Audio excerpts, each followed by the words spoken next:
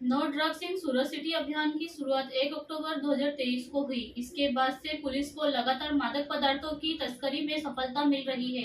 अब उधना पुलिस ने अभियान के तहत 14 किलो 60 ग्राम गांजा बरामद किया है। इस मामले में उधना पुलिस स्टेशन की सर्विलांस टीम ने 2 आरोपियों को भी गिरफ्तार किया है। पुलिस कमिश्नर अनुपम सिंह गहलोत के निर्देश पर सूरत शहर से नशे के खिलाफ अभियान चलाया जा रहा है। अभियान के तहत additional police commissioner Wabang Jamir, deputy police commissioner Bhagirath Gadhvi और assistant police commissioner Chirag Patel के मार्गदर्शन में मादक पदार्थों की तस्करी और बिक्री में संलिप्त अपराधियों पर शिकंजा कसा जा रहा है।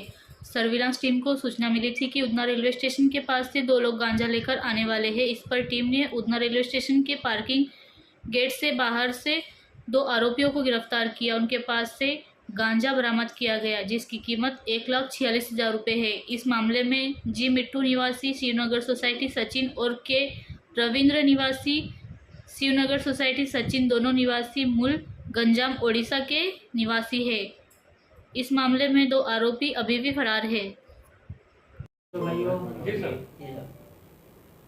गई काले अमरा उधना पुलिस स्टेशन विस्तार एक जगह गांजानु हेराफेरी थवानी छे ए प्रकारनी माहिती उधना सर्विलन्स स्टाफना अरविंद भाई ने मळी थी।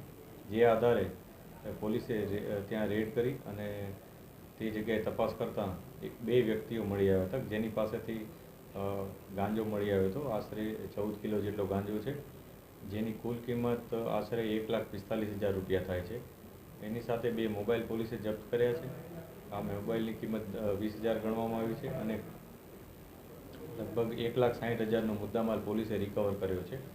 आ घटनामां 2 आरोपीओ जे जी मिट्टू पात्रा अने के रविंद्र पात्रा बंने जणा सचिनना રહેવાસી છે અને મૂળ ગંજામ ઓરિસ્સાના રહેવાસી છે।